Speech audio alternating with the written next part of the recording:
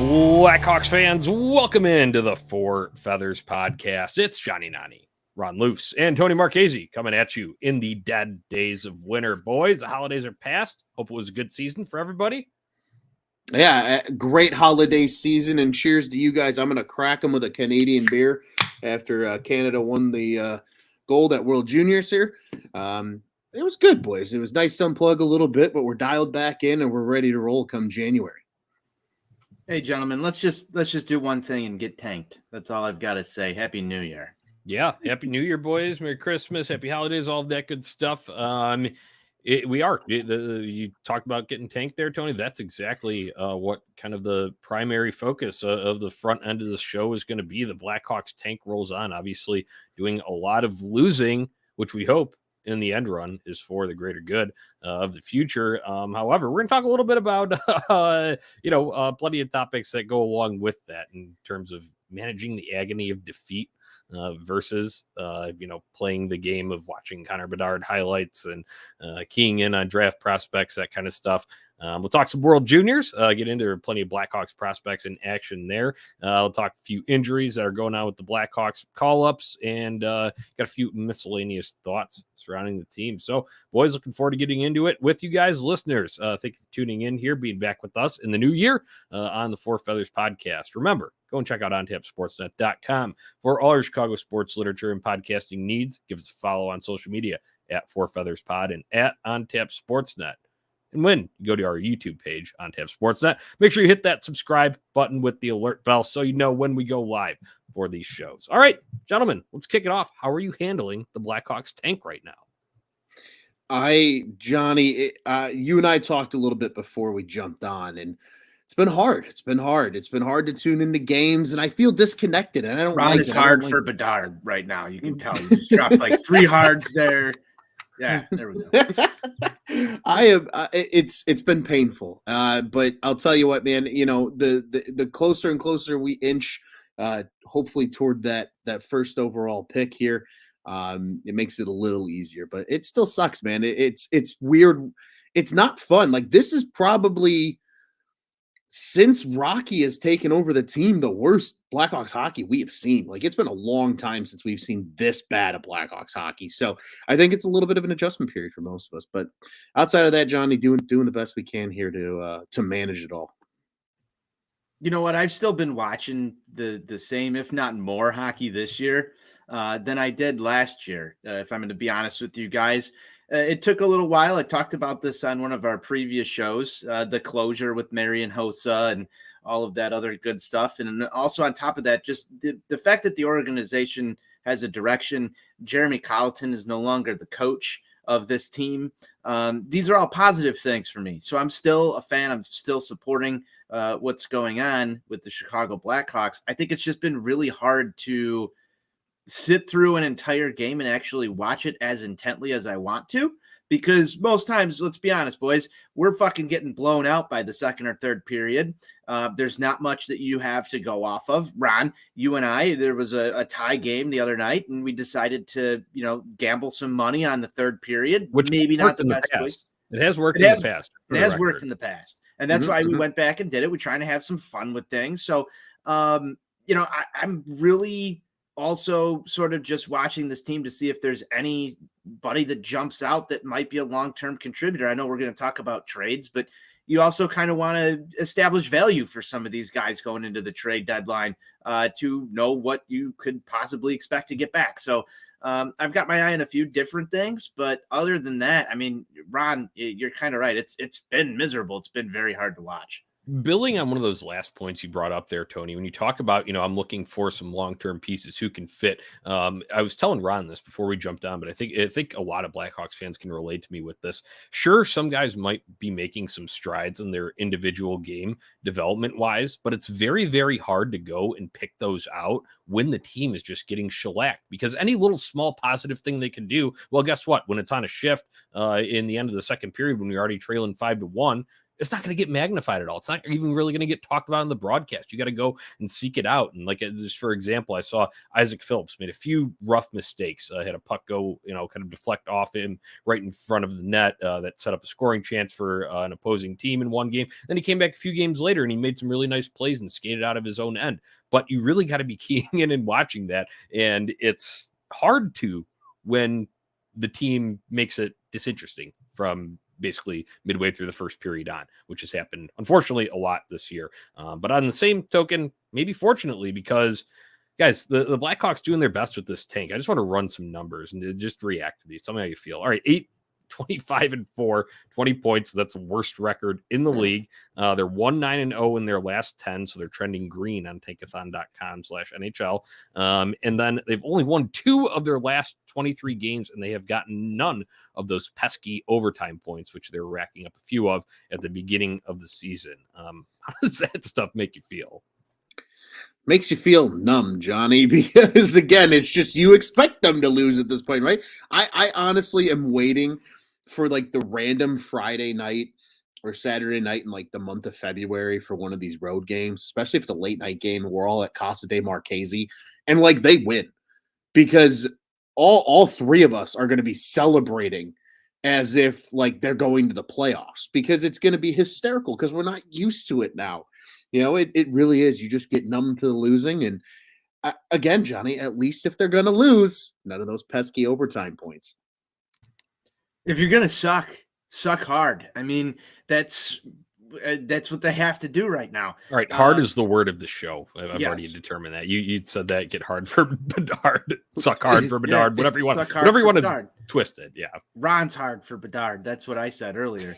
But, honestly, every single win, Johnny, the victory beers taste phenomenal, but I'm really used to the misery beers at this point in time. They're going down just as easy. As Ron said, you become numb to it.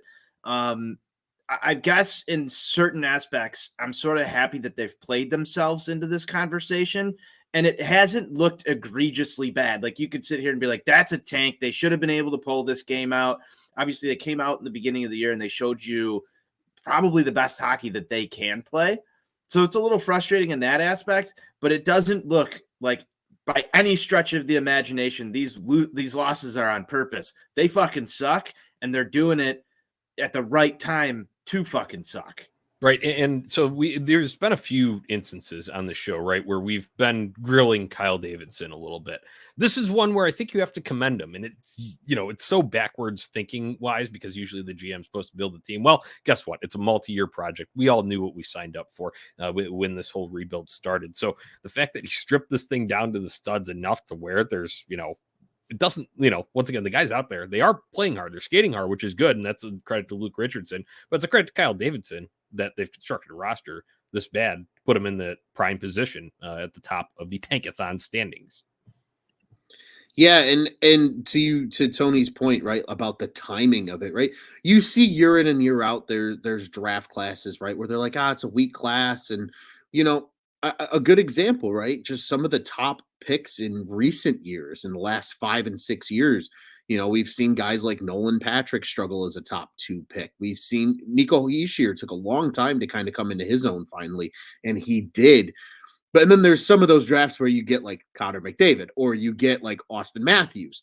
This is one of those drafts more like McDavid and Matthews than the other way around, where Connor Bedard is a prize pick, and if you put Adam Fantilli in just about every other draft class that's not this year or McDavid's year, he's probably the top prospect. Like, this is a strong draft class. This is the year to have the capital to build through the draft. And to your point about timing with Kyle Davidson here is he's done it at the right time. He's accumulated the assets at the right time, where if you're gonna suck and suck hard, like Tony said they are, this is the time to do it, truthfully. Right. I couldn't agree more, guys. So that kind of wraps up the tank. I guess my last thought on the Blackhawks tank rolls on here segment of this show is go Ducks, go Blue Jackets, keep winning, keep racking up those points, baby, because guess what? They keep doing that, then maybe we can, enjoy a few wins every once in a while and not feel like we're jumping to, I don't want to feel, I don't want the wins to feel dirty, Johnny. I don't want the wins to feel dirty. Well, the thing is, they can go about their business and do it on their own, right? Like, if the Ducks win, like, whatever, like random game against the Flyers or whatever it was, I think the Flyers actually won that game, but whatever, what have you, Columbus winning a meaningless game against, some other team that's kind of like middle of the road, that's fine. That's fine by my measure, because then that just separates us more when you go and look at those points there. And right now, I think we're good, like 4 to 6 point cushion in terms of where those other teams are. I think the Blue Jackets are technically the second lowest point total, but in terms of percentage with games played, the Ducks are number 2 right now. So it'll be interesting to see how that shakes out. But I'll leave it at that. Go Ducks, go Blue Jackets, and keep putting that cushion in between us and them. So, all right, guys, let's move on to a few notes just on the team itself. Some injuries, big one, Patrick Kane. It's weird. I feel like we haven't had a Patrick Kane injury. I know we had like a little bit of a COVID protocol stint last year that kept him up, but that wasn't like an injury. It looked like he got banged up a little bit Sunday night against the Sharks. Are we concerned about Patrick Kane's injury? He's questionable Friday against Arizona. Johnny, I'm not too terribly concerned. It doesn't sound like the Blackhawks are terribly concerned either, nor has a lot of the, I guess, word from the team been like, oh, he could miss some time, right? Like they're pretty straightforward, at least in that aspect of like, yeah, it's going to be a couple games, but he'll be all right. Versus like, he's day to day. We'll see how he's doing. It might just be one of these things where maybe he doesn't play tomorrow, and that's just like, hey, Patrick, look, man. We're just going to give you the night off. Enjoy a Friday night. Just take it easy. Hang out with the boys here, at the UC. No big deal. We'll go out there against the Coyotes, take our L, root for the Jackets and the Ducks, just like you said, Johnny, and keep it moving. So I'm not too concerned about Patrick Kane in the long term. I think he'll be back sooner than later.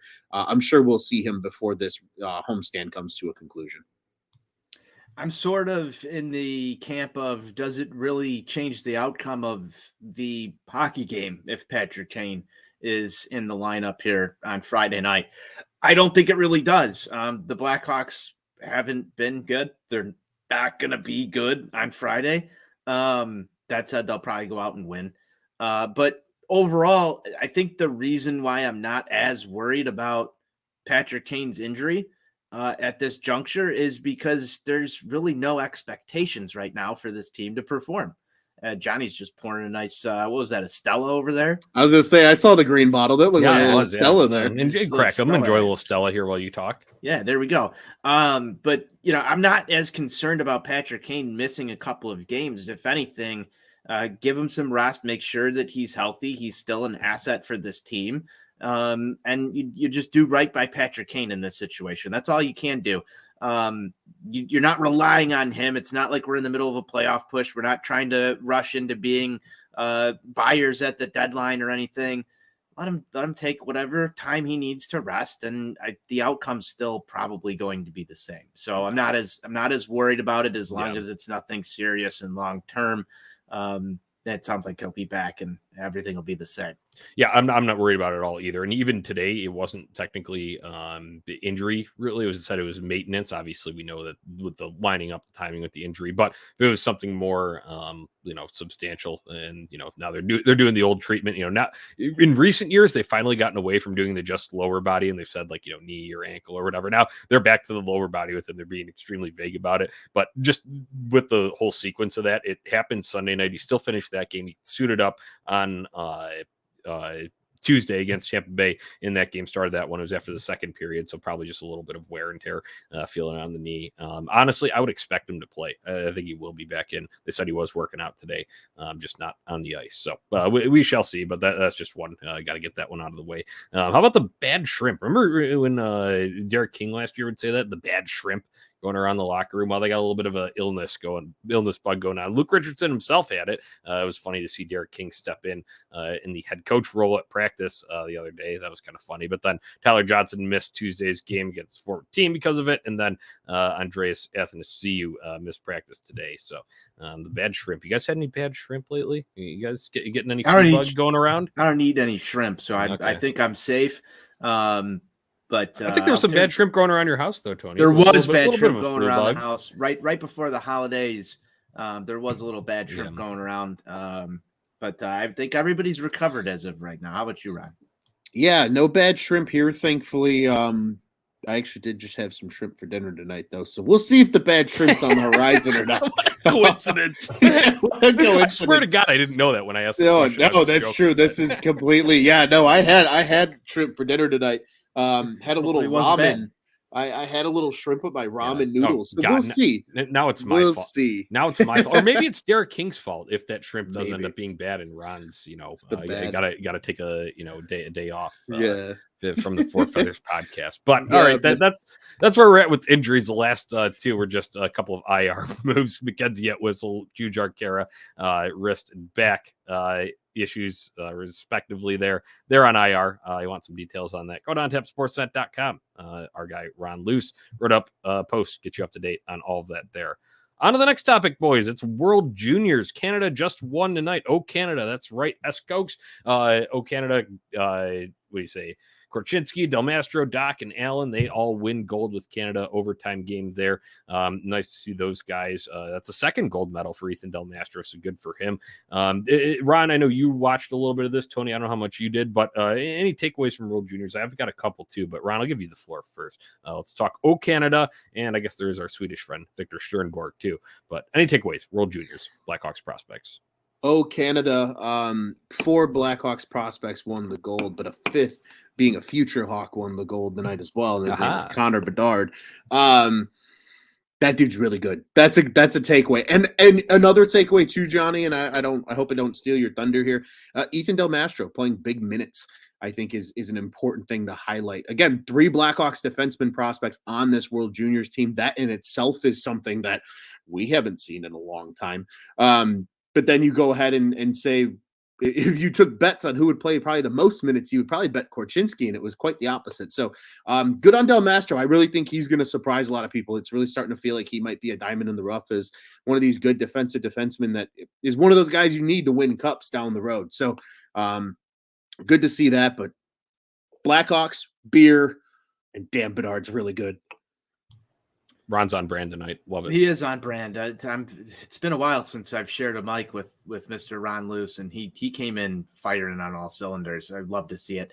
I did watch some of the juniors guys. I actually probably watched more juniors than I've watched ever. So it was fun. It was good hockey. I enjoyed it. And the main reason I watched most of this stuff is the same reason I think a lot of people did, and that's Connor Bedard. You want to see this future Hawk, as Ron has already #confirmed here.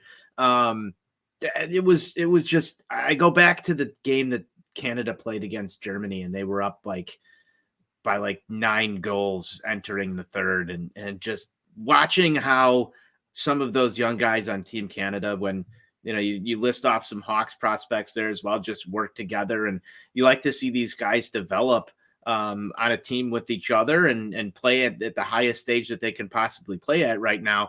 It was just good hockey. I think, overall, there was one man that stole the show, and we all know who that is.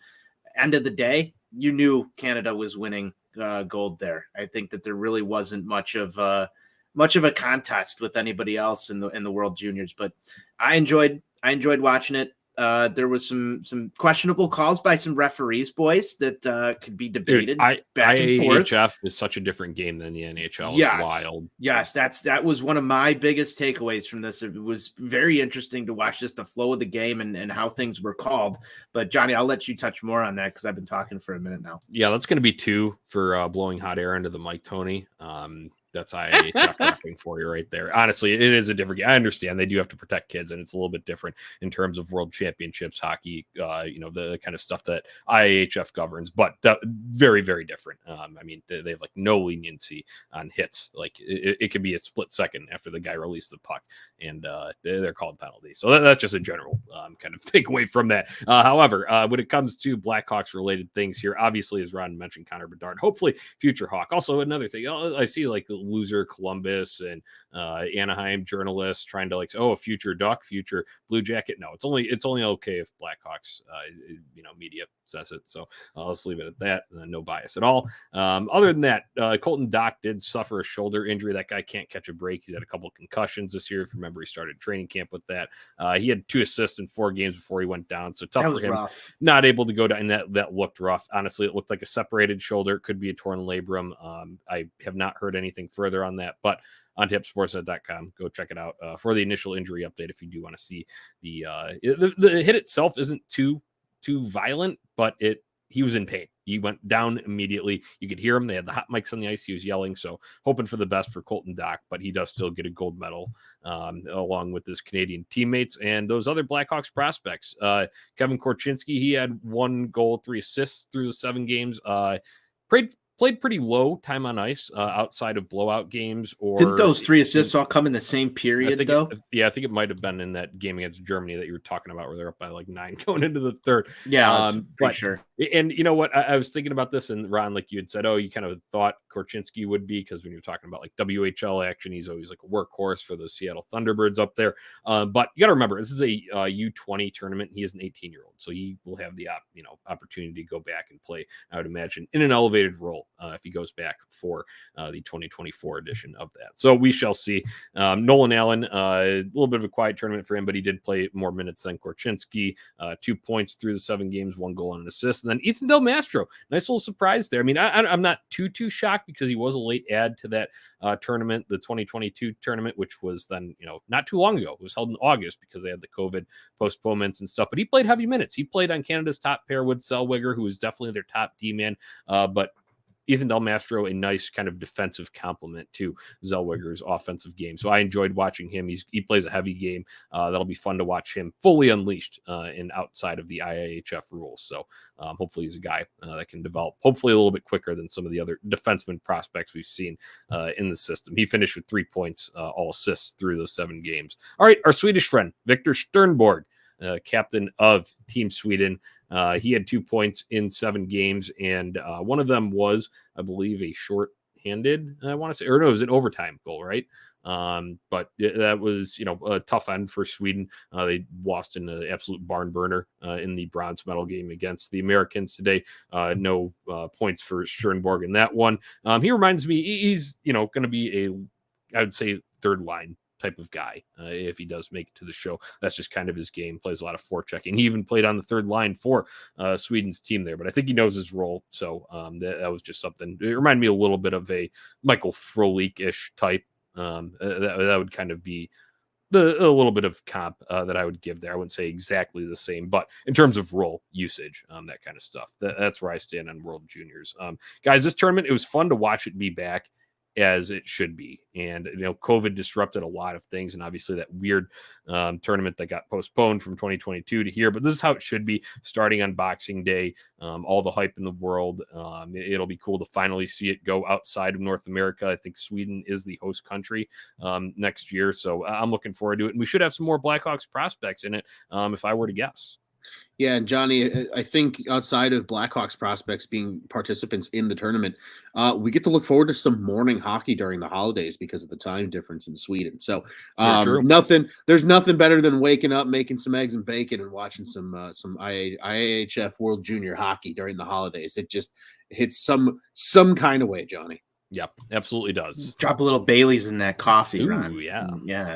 Yeah, a little Bailey's in the coffee, a little champagne in the orange juice. It's like obviously that's like one of our things, but when you think about it, it's the perfect timing because nobody knows what to do in between that week between Christmas and New Year's, right? So what better way to spend it than just watching hockey all day? And like you said, Ron, that will quite literally start all day because it'll be morning next year. I still enjoyed it when they were, a few of them, I guess the early games started at like noon when they had 4 games a day going on, but that was a perfect way to spend it. So I'm glad there were plenty of Blackhawks representatives there.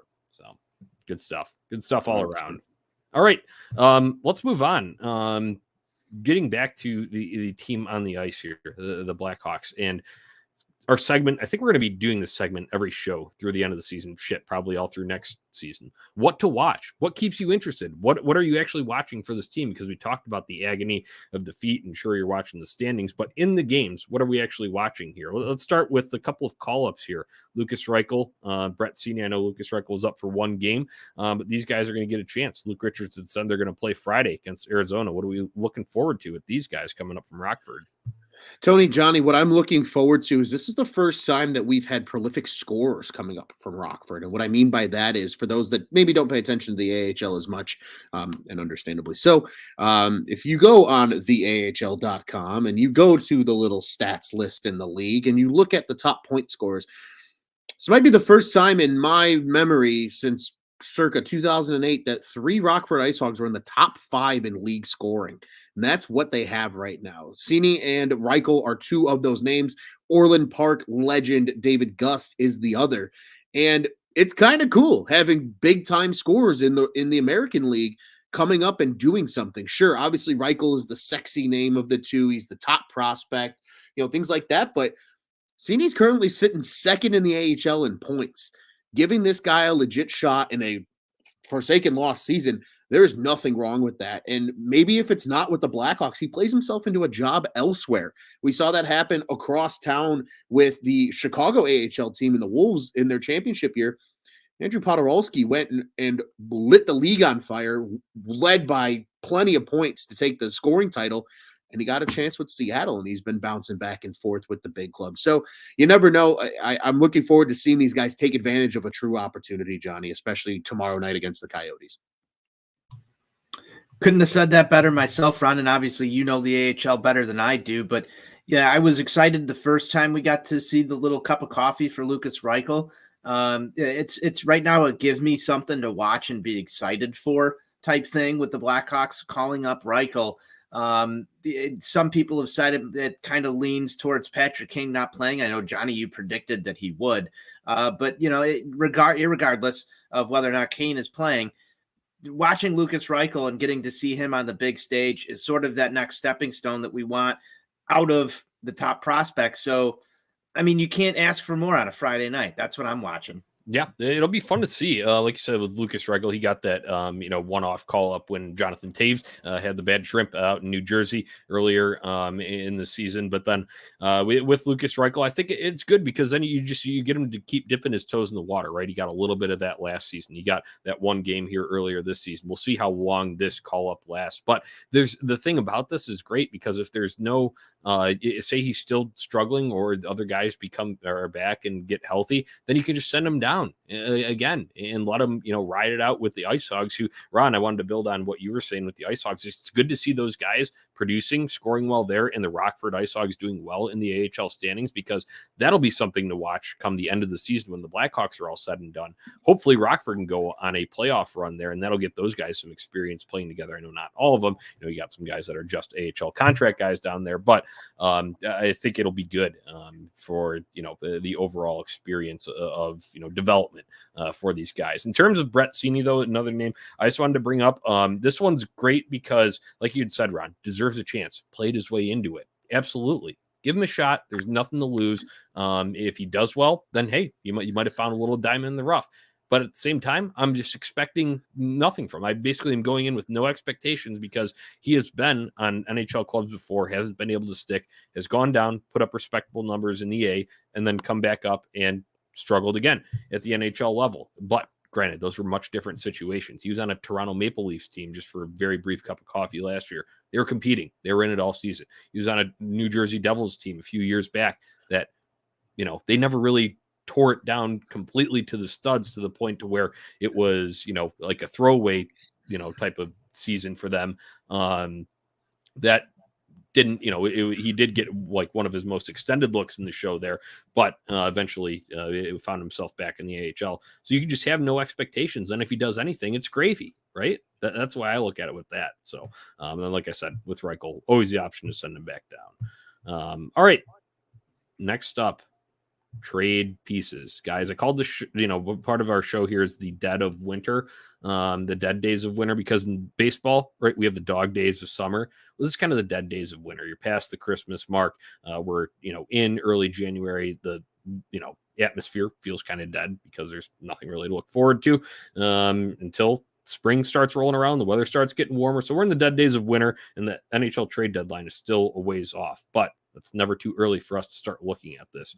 Trade pieces. What are you guys' thoughts here on guys like Domi, Athanasiou, McCabe, anybody else? I know Ron had a little bit of a spicy take for us. I think Ron froze, but that's just me. Yeah. How about you, Tony? What do you got on these guys? I've got a couple of thoughts here. Number one, I think Max Domi is probably going to be the number one trade piece for the Chicago Blackhawks outside of Patrick Kane and Jonathan Toews. Now, I don't want to see Domi moved. I think he's become somewhat of a fan favorite for at least me. I like the game he plays. I think he plays with an edge. And he's an agitator. I like seeing Max Domi in an Indian head sweater. I just do. That said, I think he's the most likely to be moved at the earliest out of all these guys. Obviously, the names that are going to swirl are also going to be Patrick Kane, Jonathan Toews. I think what really is going to matter at the end of the day is whether or not Jonathan Toews and Patrick Kane want to see this rebuild through. I think it really comes down, my thoughts is it really comes down to what they want to do more than what the organization wants to do. And they have all the leverage. Yeah, it's all in their hands. Mm-hmm. And so that's going to be really interesting. I can't really predict because it is all of it's 100% in their court. And I can't speak for either of those individuals. Now, we know that they will net the highest return pretty much out of anybody that's there. They're the premier rentals in the market. I think I sent and shared Frank Saravelli or Frank Spaghetti and Meatballs, whatever you want to call him tonight. He wrote up a little thing about the trade deadline coming up here, and he basically said everything this deadline runs through Chicago, and that's a huge advantage for Davidson and the Blackhawks organization to know that everybody's going to be looking at the Blackhawks roster and they're really going to have a chance to set the market. So I'm assuming that most of these conversations have taken place already with Patrick Kane, Jonathan Toews. We'll see what happens in those aspects. However, I do think that both Domi and Athanasiou are going to be moved at this deadline.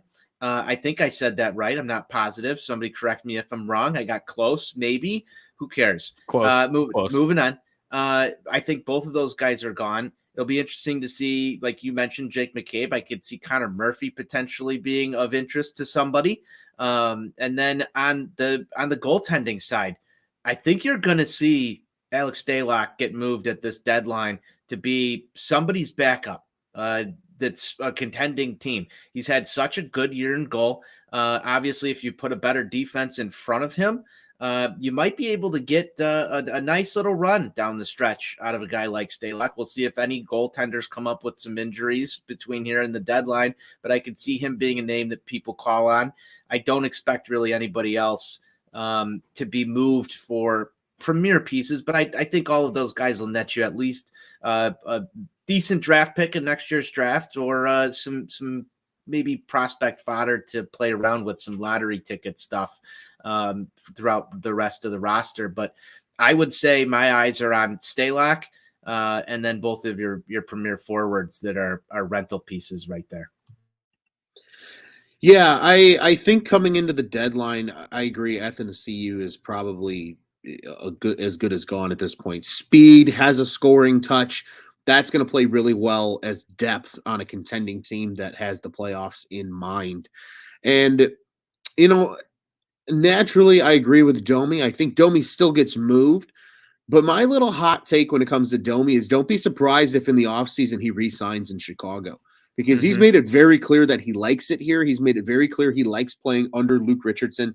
And he's, according to some reports that have been floating around on the interwebs, he kind of is interested in staying and seeing this through. He feels like he might have found a home after being kind of a little bit of a journeyman after not working out in Arizona, formerly Phoenix, when he was there. So I could really see that being a possibility too. I like the stay lock point, Tony. I really never even thought about that, but I like that because he has shown some flashes of being able to, step up and play, a big role in net for a team, especially just in one of those games where it's back and forth and you need a goalie to stand on his head sometimes. Um, but I really think, we could see some other names moved. I feel like we've seen it in the past where you get that one surprise name where you're like, "Oh, I didn't expect him to get moved," but okay, maybe a Dickinson I could see being that kind of guy potentially if somebody's willing to take the cap hit or the Hawks eat half of it. I think he's still got 1 year left too. So yeah, I think it's 1 year at like 2. There's always financials to work out, right? So maybe the Hawks eat. Ron's the accountant; he can figure it out. Yeah, maybe he's like 1-4 if he eat 50% for next year. And some teams like, yeah, we could play him on a third line for a minimal cap hit. I could see something like that happening. But those will certainly be the ones. And then yeah, I agreed. Obviously, Patrick Kane and Jonathan Taves are going to be crazy. And you know what?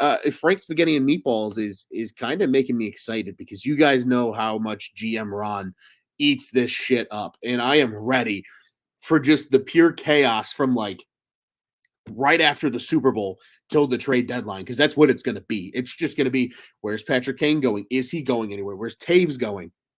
Is Kane going to New York to play with Panarin? Like, you've heard them kicked around lately, but like there's going to be more weight to it at that point. And so I'm ready for the chaos, gentlemen, because the Blackhawks, like you said at the top of the show, Tony, they have a direction. They have a sense of where this thing's going in the future. And right now, maybe some of these guys that do want to be around to see the rebuild through, potentially, Kane and Taves are those guys. But when they both look at it and go, we could take a little half season, the Hawks get some stuff for us, and we have a shot at another cup. Maybe it's worth it. So could work in everybody's favor, truthfully, when the deadline rolls around. All right. I've got a few thoughts that all of you guys brought up some things that sparked different thoughts. Hey, Tony, I think you gave a great summation, so I don't need to go too much into detail on the players that you talked about.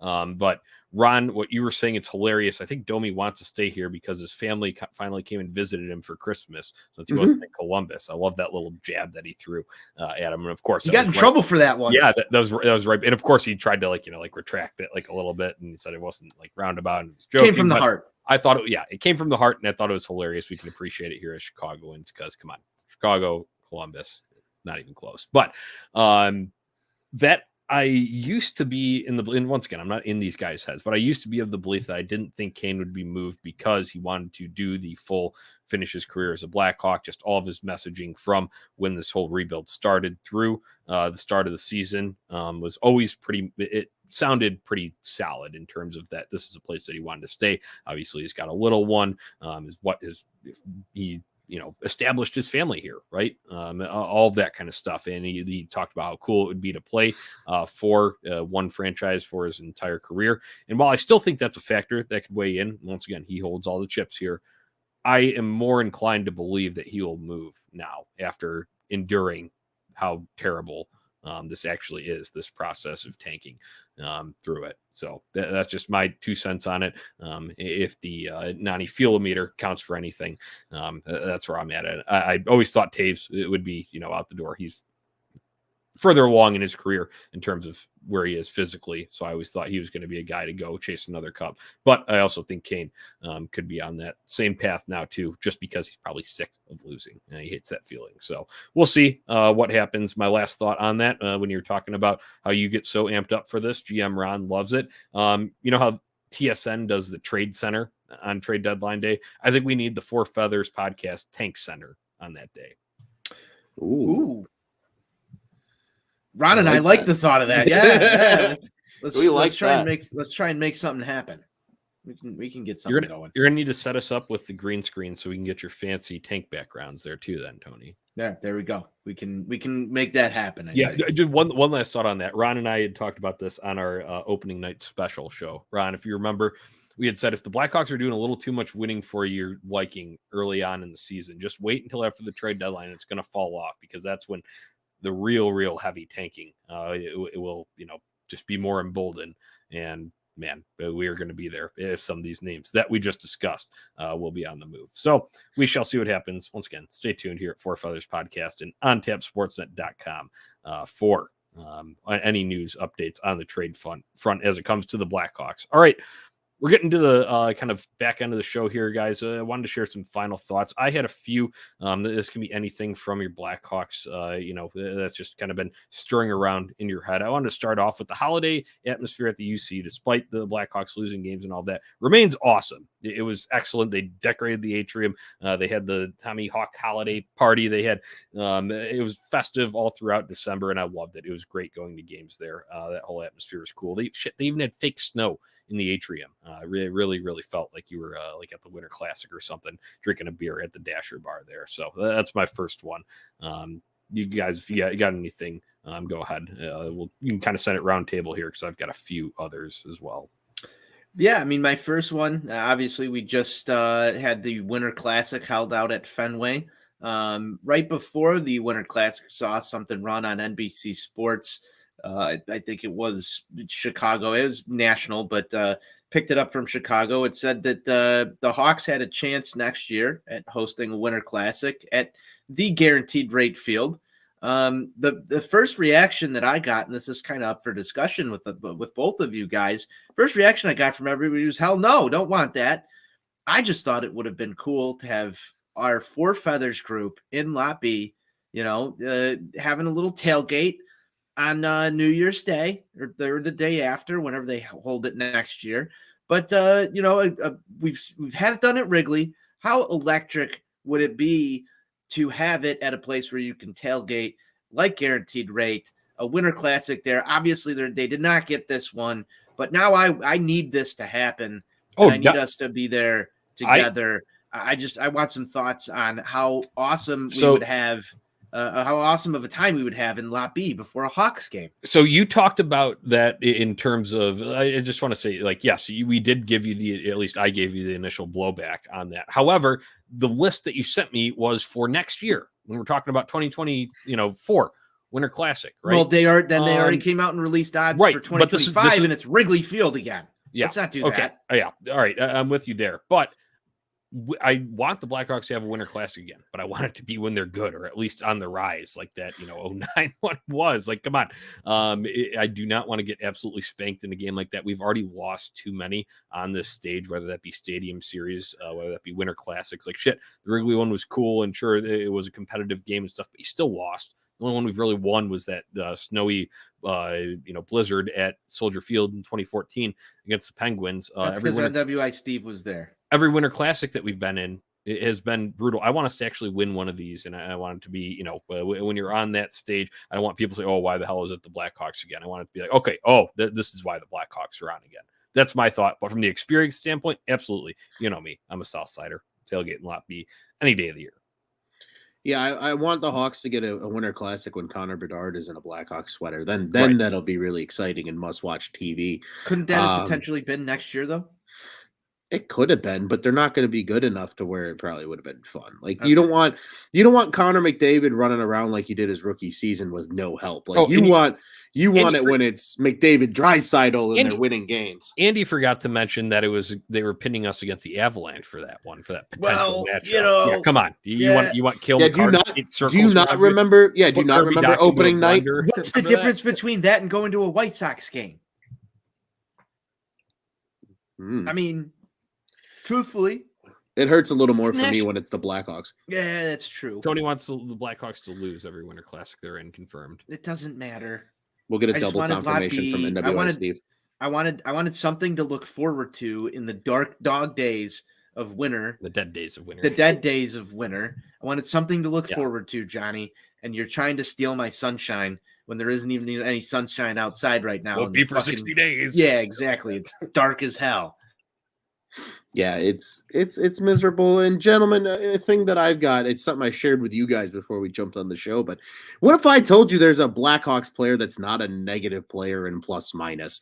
And I'm just going to cut to the chase. I made Johnny and Tony guess, but it is Jake McCabe. I think he's having a very surprising, nice little season. If he likes it in Chicago, which he has mentioned, his wife is from the area. he, a Wisconsinite himself, so not far away from Chicago. Former Team USA captain at World Juniors. Yeah, that too. So maybe he's a guy that wants to stick it through the rebuild and is okay with that because of the, kind of like you mentioned with Kane. But I think Kane and McCabe are maybe in two different places because of their, their status as players in the NHL. So, good on Jake McCabe. He's finding a way, and maybe he finds a way to stick around through this rebuild and is still on the blue line when this team is starting to compete. Yeah, Ron, I think you and I have appreciated Jake McCabe since the day he signed with the Blackhawks, just for some of those reasons that you just mentioned there. And then you go and add on, look at some of his plays, steady play on the back end. And it makes me look at Jack Johnson and say, what the hell do you even do here?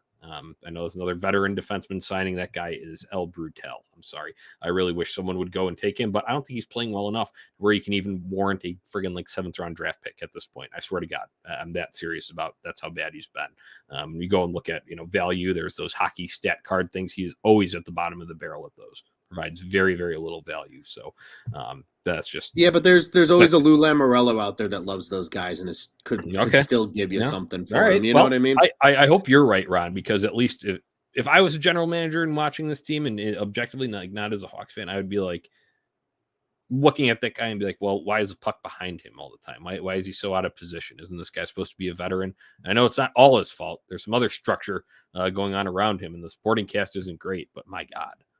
It's been rough. It's been rough. I've had to use that, So what would you say you do here, GIF, for him a bunch of times this year? Feels like more than anybody else. So, all right, a couple more things, guys. They finally wore home whites for the first time since February 29th, 2012. That was a game right before Christmas against Nashville Predators. I loved it. You guys know my affinity for the white sweaters. I just think the Indian head logo, the feathers, everything pops so much better on the white. The reds still look great, as always, but it is also just a little bit of nostalgia, right, from that era, from like the 1970s through early 2000s, when home teams wore white, teams on the road wore their colored jerseys. I thought that was a cool throwback, and in the winter theme, thought they did that well. So I was glad to watch them do that. Guys, I got a topic of discussion for you because this came up. Little tweet from a photographer in Chicago who's very well known, Barry Butler. He's not a fan of Chris Foster's. He doesn't think he knows the game. He doesn't, he's a harsh critic of him on Twitter, and he wanted John Weideman, Troy Murray in the TV booth for a game so he could get some, stories of the glory days, and said that someone who knows the game. So he didn't call out Chris Foster's by name, but indirectly, he definitely did. I want to know your guys' thoughts now as we've passed here for, first full season with Chris Foster's as a TV play-by-play man. What are your thoughts on him to this point in the season? Ron, you want the floor first? It's all you, Tony. Go ahead. It's all me. This is a difficult question, Johnny, because I was probably one of the most heartbroken when Foley announced that he was going to be stepping away and we lost Eddie O, and I don't think anybody's going to compare to those guys. And I'm very critical of TV announcers for my sports teams because they are the voice that fills your living room or your basement or your garage as you watch your favorite team play. And I didn't want to give Vosters the benefit of the doubt just being new and not like the Chicago guy. And I actually did. Like I gave him the benefit of the doubt on the back of a Ron Luce speech that I think he gave on this show about how, you got to give this guy a chance and everything. And I think he's sort of grown into the role. But I think that it's just such a rough environment for him because look at the shoes you have to fill here. It's not easy. Look what you're announcing. Yes. On top of that, look at the fact that this is the worst team in the National Hockey League. So I agree with Butler to an extent where you want some of that glory days stories and just a familiar voice to help you get through all of this. This was not an easy task for Chris Vosters to step into by any stretch of the imagination. He's a younger guy. He's a different generation of broadcaster. You take all of that into account. I think his voice has started to grow on me. I think that that's something that I rate with broadcasters. Number one is how does their voice sound when they're making these calls? Yeah, he doesn't have a wide range, and I don't think he's really figured out, what his signature calls are yet. And I don't think he's going to until you have a competitive team that's going to allow you to make calls in or at big least a fun team moments. Yes, or at least a fun team. This team is not fun to watch. They don't come out there earlier on in the season for like the first 2-3 weeks. I think that's where I kind of gave him some credit because the team was playing a more fun brand of hockey. They were winning games that they probably shouldn't have been. There were instances of, seeing the effect that Luke Richardson had on the team. I thought he called those well. But where we're at right now, Johnny, in those dark days, nothing's going to be good. You could have Pat Foley there, and we'd probably still be like, this team is boring to watch. So it's not easy when you have a new broadcaster in that situation. I think he did not have the cards on the table that it was going to take to make himself well known in Chicago or be anybody's favorite broadcaster this season. I still think the jury's out, and I'm going to give him the benefit of the doubt because Ron convinced me. So I'll turn it to Ron. That was way more positive than I was expecting, Tony. I'm actually pleasantly surprised. But I agree with a lot of the points that you said, Tony. I think you hammered it home. It's hard when you're calling shit like anybody, right? Whether you're Pat Foley, whether you're Kenny Albert, whether you're any of the greats, or whether you are Chris Fosters, who is a newer guy and is starting out. It's hard right now. And I agree with some of the like all the nostalgia stories and stuff. And like, I feel like you can still set that up in a way if you want with a Troy Murray and a Patrick Sharp joining him in the booth. Part of me almost thinks the business operations team wants to move away from the glory days of this team, right? They talked about changing the reputation of the Blackhawks and putting that big black smudge that happened, last year behind them. And maybe that's part of the reason that we're not hearing some of those glory days stories from guys like Patrick Sharp. Maybe that's why a Pat Foley was very accepting and willing to step away. You know what? I'm actually almost happy Pat Foley in my lifetime and memory as a Blackhawks fan didn't call shit hockey, because it makes that sweet voice and those marquee calls, like you said, almost ring even more pleasantly in my head. I think he has grown on me, and you can hear it in his voice, right? I think you can hear it in anybody's voice when they get comfortable doing something. It becomes more natural, it becomes more assertive, and it becomes more affirmative, and you can feel the less hesitancy like you got times last year in his calls. There's more conviction in his voice now. I think he's going to settle in, and yeah, once this team's competing, then let's break out the debate book and say, you know what, does somebody else need to be, Tony, as you said, the voice of this team for the future, or will he grow into that role because he has a competitive team in front of him? You guys know I like Chris Fosters. He was always my pick when they were doing the whole audition thing. So I've been happy with him. But again, the team's been dog shit. It's really hard to get excited about anything. Back even to Johnny's point, we can't even get excited about individual growth in players because you can't even barely see it, right? It's hard when everything is so bad that even the good things have troubles ringing through. I think he's still growing into his own, and I think that's completely natural. You look at his historic resume, hockey was probably his least called sport. So I think that's also something, too, to take into mind as he gets more comfortable doing it. I think that's going to continue to grow and grow. I'm excited to hear the first marquee call, right? Like you get that first one where you're like, oh, he found it. Like, that's a good one. Like, that one's going to ring through and through on highlight reels down the road. I'm excited for when that time comes. I think he's been doing well. Again, all things considered, we are in the tank. You see him rolling in behind Tony up there. Like, just got to embrace it, and it is what it is right now. It's really hard to say, yeah, this would be so much better with Pat and Eddie in the booth, because would it be? They're really bad. Ron, I just want to say something real quick here is like, would Pat Foley have survived this season? And I don't know if the answer to that question is yes. He'd be going full Harry Carey mode in the booth like he did that one time when he did the impression, He'd be heartbroken. Like, he'd be heartbroken by the dead days of winter already. I think there was a lot of reasons for his exit, but watching this team play, I just don't know if Pat Foley would have survived this season, and it could have been the exit could have been worse. I think, Ron, you just sparked something there for me. He would have, man, it would have been ugly. And I don't think that that's what anybody would have wanted their last memory to be. Well said, boys. I don't have too much to add. Chris Foster's dealt a tough hand just with what's in front of him, what he has to call. It's a tough product to go and describe, but I will commend him for bringing a level of excitement, a level of energy to it, regardless. He still does it, and he does try to, root out some positives from the game, even if it is looking like a dire situation. I think his supporting cast deserves some credit too. Sharpie, when he's on, Colby Cohen has made some observations that maybe you didn't see right the first time around, and then they go and they run it back. So the production crew there as well, and then in the studio, Pat Boyle, my therapist, love that guy, and Kaylee Chelios and Charlie Emiliotis. I think they do a good job there in terms of pointing out some of the stuff. Scott Darling. Scott Darling, you got to call out Scott Darling. There can be a little bit of goofiness, especially when it comes to Scott Darling, but that's that does give it some entertainment value. Makes you maybe laugh a little bit when you're just feeling kind of down in the dumps about the dog shit hockey game that you just watched. So it's a tough situation for Chris Foster's. I go back to one of Tony's points, though. We're still waiting for a signature call. Don't know if that's going to come for a while, but we shall see. That's one thing that I think we'll be monitoring pretty closely here at the Four Feathers podcast. But once again, I think it's still a little bit down the road. Once again, nothing he can do about it, though. He's not the GM. He's not Kyle Davidson. So he didn't put this product on the ice. He just has to narrate what they do. So, all right, that's what I wanted on there.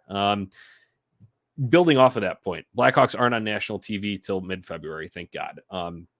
My advice to someone like Barry Butler, if you are that upset about things like Chris Foster's, my advice, whenever the Blackhawks have been on national TV this year, what I do is I sync up the feed with my WGN radio app, and I listen to Troy and John, or sometimes John and Kaylee, depending on the team that's working that night, and I listen to that feed. It's basically a home feed, and then you just mute your TV and you just rewind it to wherever it needs to be to sync up with the feeds, and that has been an excellent experience. If you can get it synced up perfectly, just wait till you hear a big like a slap shot or something, like, or if a guy gets run into the boards, when you hear that kind of rustling there, that's how you know where to sync it up.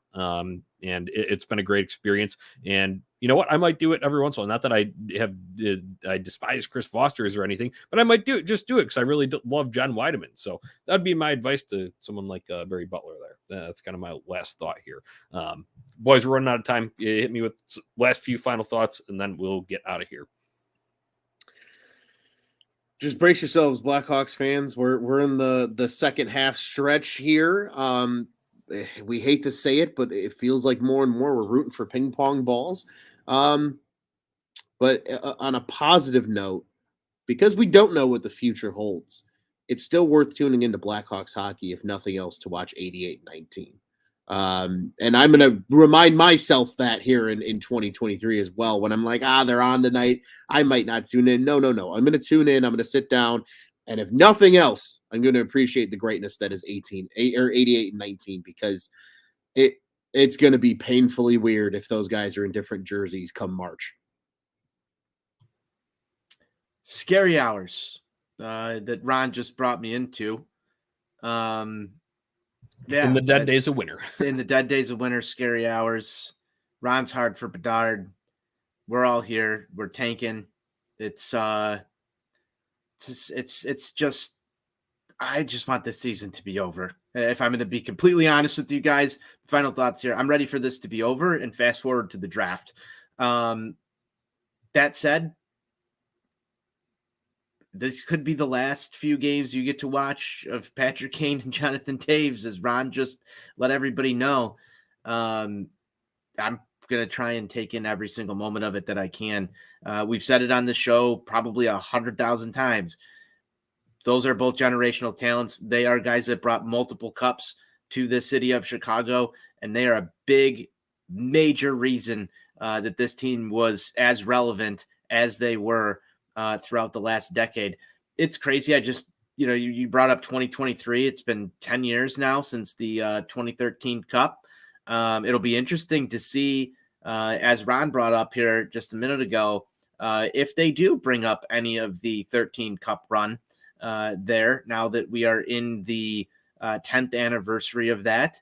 They have seemed to get away from some of the Glory Day stuff, but I guess shout out to that 2013 team, 17 seconds I know Dave Incredible Ballard. point streak. Dave Yeah, Ballard is out there giving scoliosis exams, 17 scoliosis exams somewhere. So shout out Dave Ballard, medical doctor. Oh, guys, I love it. I love it. All right. Yeah, good show, boys. Good to be back with you.